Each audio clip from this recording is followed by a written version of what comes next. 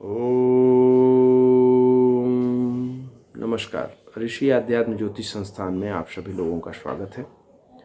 आज हम आप लोगों के बीच में एक बहुत ही नए मुद्दे पर चर्चा करने के लिए उपस्थित हुए हैं। आप लोगों के भी सामने ऐसे प्रश्न आए होंगे कि कर्म कांड के विषय में कि यह एक बड़ा ही अवैज्ञानिक कार्य है और यह ढोंग है, ढकोसला है, पाखंड है या फिर पंडितों का ये धंधा है।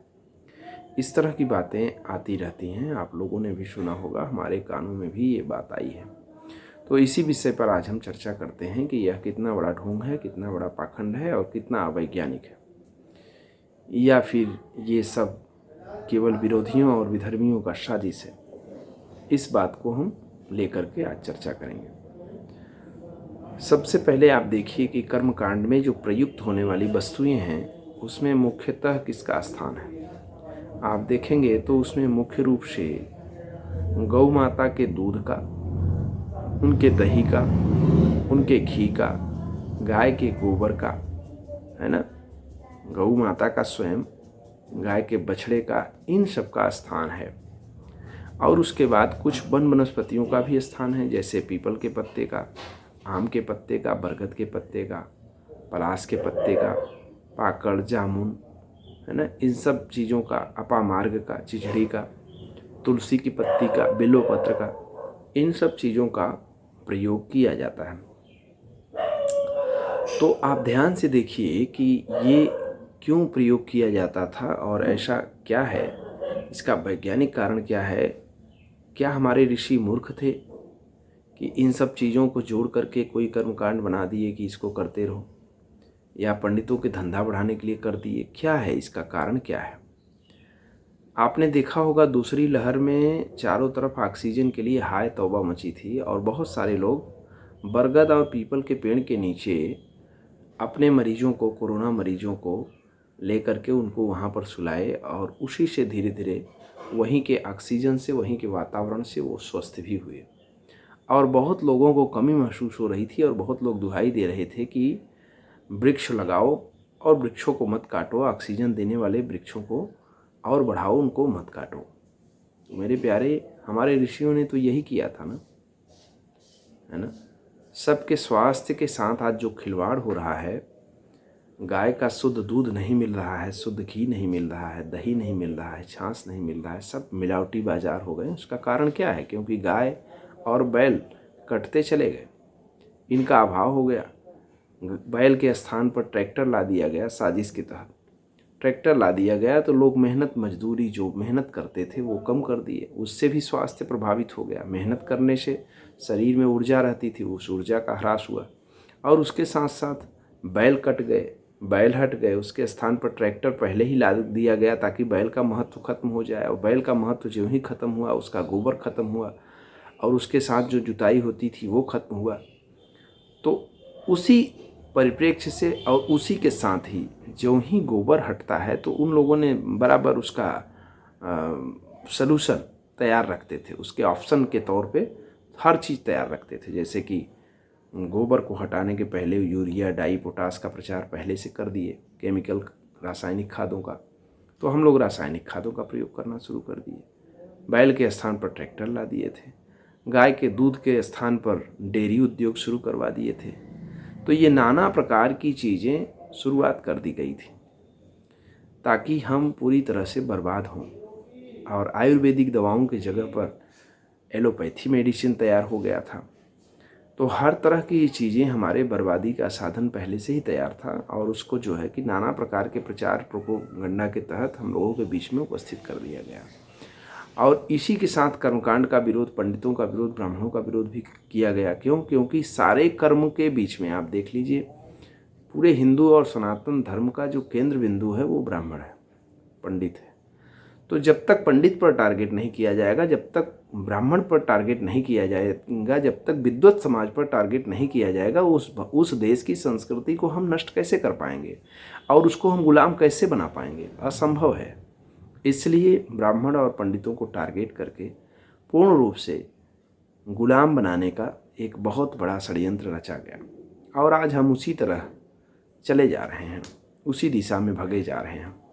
आप ध्यान से देखिए तो हम वेश्याओं के पीछे, आधुनिक नर्तकियों के पीछे, गंदे और अश्लील डांस के लिए और नाना प्रकार के फालतू दिखावे के लिए शादी विवाह से लेकर हर उत्सव में लाखों रुपए खर्च करते हैं और उसकी कोई गणना नहीं करते, कोई हिसाब नहीं करते, कभी नहीं पूछते कि ये कहाँ लिखा है। लेकिन जो ही ब्राह्मण कोई अगर 100, 200, 500 रुपये कहीं कह दिया कि यहाँ पे चढ़ा दीजिए, रख दीजिए, तो उस पर नाना प्रकार के सवाल के घेरे में वो आ जाता है। ये क्यों हो रहा है? ये मानसिकता आप देखिए, इसका कारण क्या है? तो आप मूल में देखेंगे कि इसका कारण यह आधुनिक अंग्रेजी कुचक्र जो हमारे मन में बैठा दिया गया है मंथरा को, इसी के कारण हम ऐसा कर रहे हैं। और आप नहीं जानते कि आप अपना ही विरोध कर रहे हैं, अपनी ही संस्कृति का विरोध कर रहे हैं। एक ब्राह्मण का विरोध करके आप अपनी संस्कृति और अपना स्वयं का विरोध कर रहे हैं। आप ध्यान से देखिए, आपके जन्म से लेकर के मृत्यु पर्यंत ब्राह्मण हर स्थान पर, हर क्रियाकर्म में सम्मिलित रहता है और उस ब्राह्मण को आप दरकिनार कर देते हैं।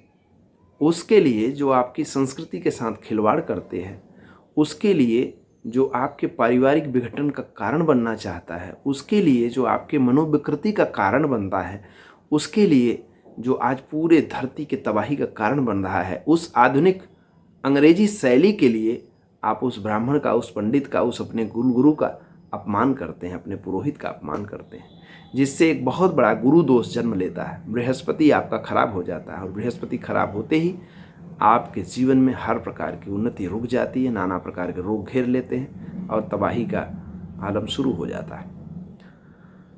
तो हमारे ऋषियों ने कर्मकांड क्यों बनाया था, उसको आप ध्यान से देखेंगे तो कर्मकांड में तुलसी के पत्ती की आवश्यकता पड़ती है भगवान विष्णु को चढ़ाने के लिए। तुलसी की पत्ती इस कोरोना काल में आपने देखा कि कितना बड़ा रोल अब निभाया। तुलसी की पत्ती का काढ़ा बना बनाकर कितने लोग सुरक्षित हुए। मधु का प्रयोग होता है आयुर्वेद में, आप देख लीजिए मधु का कितना बड़ा उपयोग है और मधु का कितना बड़ा सेवन इस कोरोना काल में हुआ है। उसके साथ साथ नींबू का भी आप प्रयोग देख लीजिए, हर जगह तंत्र मंत्र, बलि बलिदान, हर स्थान पर आप देख लीजिए नींबू का प्रयोग होता है। नींबू का भी कितना बड़ा सेवन हुआ विटामिन सी के लिए लेकर के, और कर्मकांड से कितना जुड़ाव रखता है, नज़र टोना हर चीज़ उतारने के लिए दुनिया भर की चीज़ें। उसके साथ पीपल का आप देख लीजिए जो कि पंचपल्लव में प्रयोग होता है ना। नवग्रह की लकड़ियों में आप देख लीजिए, आम की लकड़ी पर हवन होता है, उसको देख लीजिए, आम के पत्ती को देख लीजिए, पीपल की पत्ती को देख लीजिए। पीपल में 24 घंटे ऑक्सीजन की बात कही जाती है। नीम का आप देख लीजिए, उसमें भी ऑक्सीजन लेवल ज़्यादा है। तो इन सब से हमारे पर्यावरण को सुरक्षित रहे, इसलिए ऋषियों ने इन सबको जोड़ा था एक स्थान पर, ताकि इनको आप देखते रहिए, इनको सुरक्षित रखिए। क्योंकि कर्मकांड में जब इनकी आवश्यकता लगेगी, आपको खोजना है तो आपको इनको लगाना पड़ेगा या इनकी सुरक्षा करनी पड़ेगी या जहाँ पे है इनको देखभाल करना पड़ेगा। इसलिए ऋषियों ने इन सबको जोड़ दिया था। गाय का दूध, गाय का दही, गाय का घी, ताकि गाय सुरक्षित रहे इसी बहाने। लेकिन आप अमूल के डेयरी का दूध ले लेते हैं या किसी भी डेयरी का दूध ले लेते हैं, तो इससे भी आप सोचिए कि हम कितना भारतीय संस्कृति का ह्रास कर रहे हैं और उसके साथ साथ अपने जो है दूध में कितना मिलावट के लिए हम मतलब समाज को छूट दे रहे हैं। तो कहीं न कहीं से यह नुकसान हो रहा है बैलों का, है ना। बैलों के स्थान पर इन्होंने क्या किया, ट्रैक्टर ला दिया। गोबर के स्थान पे, है ना, इन्होंने रासायनिक खाद का प्रयोग करना शुरू कर दिया। तो हमारे कर्मकांड के द्वारा तो ये सारी चीज़ें सुरक्षित थी। गाय सुरक्षित था, बैल सुरक्षित था, वृक्ष वनस्पति सुरक्षित थे, जीव जानवर सुरक्षित थे, है ना। सारी चीज़ों की सुरक्षा, धरती माता का भी पूजन होता था। धरती माता को सबसे पहले उनको धन्यवाद दिया जाता है ना। तो इन सारे चीज़ों से हम हर तरह की सुरक्षा करते आए हैं। हमारे ऋषियों ने कर्मकांड के द्वारा हर चीज़ों को सुरक्षित रखने का मदद किया है ना। बेलपत्र कितना बड़ा औषधि का कारक है, वो भगवान शिव के लिए चढ़ाने के लिए बेलपत्र की आवश्यकता पड़ेगी, तुलसी पत्र की आवश्यकता पड़ेगी, है ना। तो इन सब चीज़ों को देखिए, गाय के गोबर, मूत्र, दही, दूध, हर चीज़ की आवश्यकता पड़ रही। तो इन सब से कहीं न कहीं भारत के आयुर्वेद को, भारत के स्वास्थ्य को, भारत की संस्कृति को, भारत के सनातन व्यवस्था को मंत्र व्यवस्था को, तंत्र व्यवस्था को जीवित और जीवंत रखने के लिए हमारे ऋषियों ने ये सारी व्यवस्था की थी, जिसको हम अज्ञानतावश पाश्चात्य संस्कृति के आक्रमण के कारण और कुचक्रों के कारण, नास्तिकों के कहने में आकर के हम इनका अपमान करते आए हैं, और जिसका परिणाम आज पूरा विश्व देख रहा है, पूरा भारत देख रहा है। तो कृपा करके इन सब चीज़ों की गंभीरता को समझिए।